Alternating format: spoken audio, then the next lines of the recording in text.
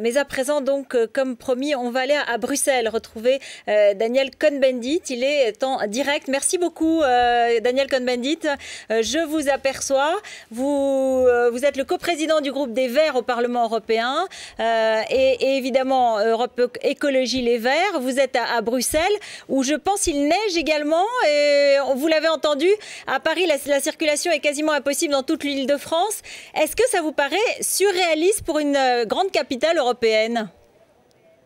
Écoutez, il neige, bon, on en fait tout un cinéma. C'est vrai que la vie est un peu perturbée, mais bon, ça fait rien, ça arrive de temps en temps, il neige.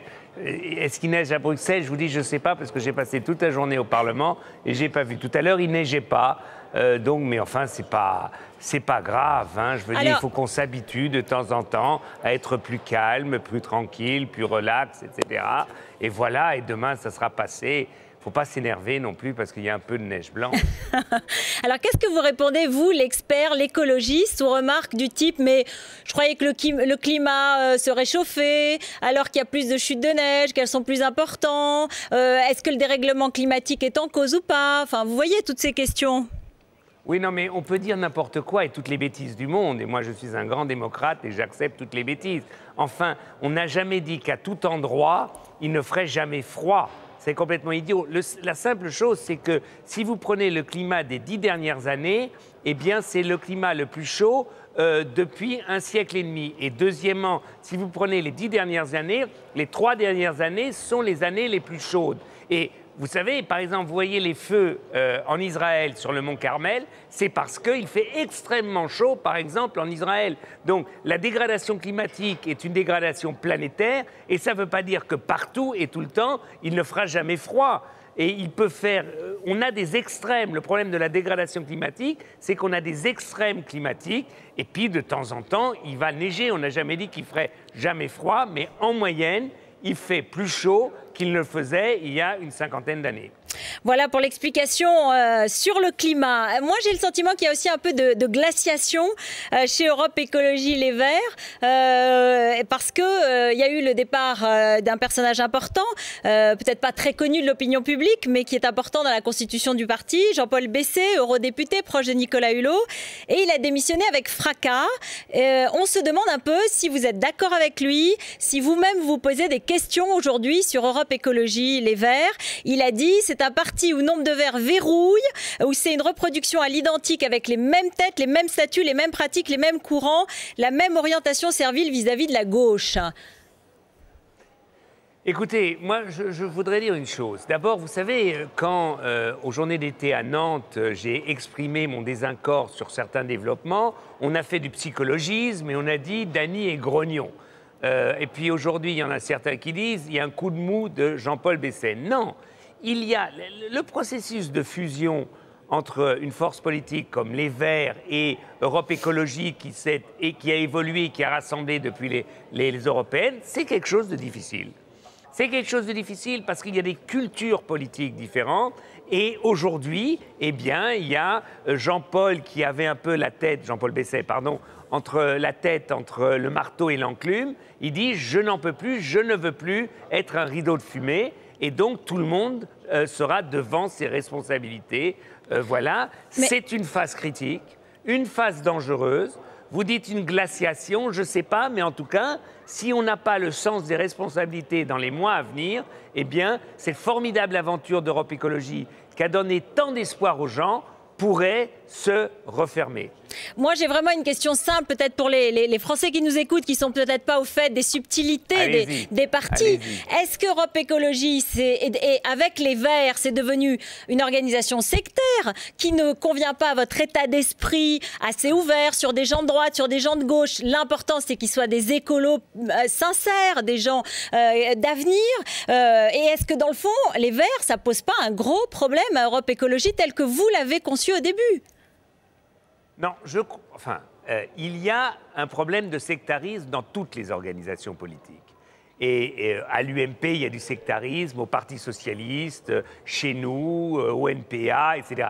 Le problème, c'est comment on essaye justement de sortir de cette tentation sectaire. Et pour moi, l'écologie, je dis toujours, je ne demande pas aux gens d'où vous venez, je dis est-ce que vous êtes d'accord pour un programme de transformation écologique. Et puis il y a en France des tentatives de trop simplifier. Est-ce que tu es de gauche ? Et je dis, ça dépend. Il y a une fracture de gauche-droite sur le social. Déjà, sur les droits de l'homme, eh ben, il n'y a pas une fracture gauche-droite, parce que la gauche a soutenu les pires totalitarismes, la droite a pu soutenir les pires totalitarismes. Ben, donc on ne peut pas simplement dire... Concrètement, ça veut dire... Mais oui, tout à fait. Mais ça veut dire que vous pensez que, par exemple, les Verts, concrètement, eh ben, ils sont trop sectaires parce qu'ils demandent à tout le monde, est-ce que vous êtes de gauche avant de passer le pas de la porte ? Écoutez, si c'était si facile et que c'était les Verts, c'est pas les Verts, il y a des Verts. Et la culture politique, c'est de surmonter ces simplifications. Et sur l'écologie, c'est vrai qu'il y a des intérêts communs. Et je crois fondamentalement que si demain il y a une nouvelle majorité en France, ce que j'espère, donc que Nicolas Sarkozy et que l'UMP soient battus, eh bien, les écologistes, ceux qui sont pour la transformation écologique, auraient les mêmes problèmes face à la gauche qu'à droite, par exemple, les ministres de l'Environnement, NKM, Nathalie Cussoso-Morizet, toutes les écologistes qui ont essayé de changer les choses, même Borloo à droite, ne sont pas arrivés. Donc, c'est pour ça que je dis que arrêtons de nous poser la question d'abord qui est de gauche, qui est de droite, mais quelles sont les forces politiques qui appuient pour cette transformation écologique nécessaire. Mais vous, concrètement, vous restez à Europe Écologie Les Verts parce que vous avez réuni plein de copains dimanche soir dans un resto qui s'appelait la Baraka et on a eu l'impression que vous... C'était très sympa et on avait la Baraka. Certainement, mais on a eu quand même l'impression que vous faisiez un peu un contre Europe Écologie Les Verts, quoi, une sorte d'alternative. Mais non, peut-être on s'est mal exprimé. Là, il y a dans l'espoir d'Europe Écologie, il y a aussi cette idée de construire une coopérative politique, de ne pas réduire l'activité politique aux partis politiques, à ceux qui vont se présenter à des élections. Et aujourd'hui, on veut élargir justement l'espace de l'écologie politique, l'espace de l'écologie, en créant cette coopérative de l'écologie. Mais ce n'est pas contre le parti, ce n'est pas un contre-pouvoir, c'est simplement un autre ancrage dans la société. Donc, je n'ai pas réuni des amis contre Europe Écologie Les Verts, mais je suis dans Europe Écologie Les Verts, je suis chez les Verts allemands, je suis un des 2 présidents du groupe des Verts au Parlement européen, mais seulement j'ai une idée de l'ouverture de l'organisation de l'écologie qui va au-delà de ce que représentaient les Verts il y a encore 2 ans. Daniel Cohn-Bendit, Jean-Paul Huchon, le président du Conseil régional Île-de-France, craint d'être invalidé à cause d'une campagne de publicité sur les transports régionaux juste avant les régionales de 2010. Il dit qu'on veut l'abattre et à droite, on dit que c'est normal, que c'est le respect du droit et de l'éthique. Il a quand même pas mal de risques d'être invalidé. Vous trouvez que c'est politique? Vous comprenez l'indignation du PS? Je comprends l'indignation de Jean-Paul Huchon. C'est évidemment aussi politique. Maintenant, le droit, exactement, ce que je trouve un peu bizarre sur cette campagne, qu'on invalide simplement Jean-Paul Huchon. Alors, il faut aller jusqu'au bout. Invalider les élections. Refaisons les élections au niveau de l'Île-de-France. S'il y a un problème avec Jean-Paul Huchon, il y a un problème... Mais vous comprenez, quand il y a une majorité ric-rac, mais c'était 56-44, je crois, au 2e tour des élections régionales. Donc, ce n'était pas ric-rac. Donc, où il y a un problème, mais bon, on peut lui donner une amende, mais ce n'est pas Jean-Paul Huchon simplement, c'est toute la liste de Jean-Paul Huchon, où, comme on voit que c'était quand même une élection claire et simple, je trouve que là, dis donc, on va chercher midi à 14h.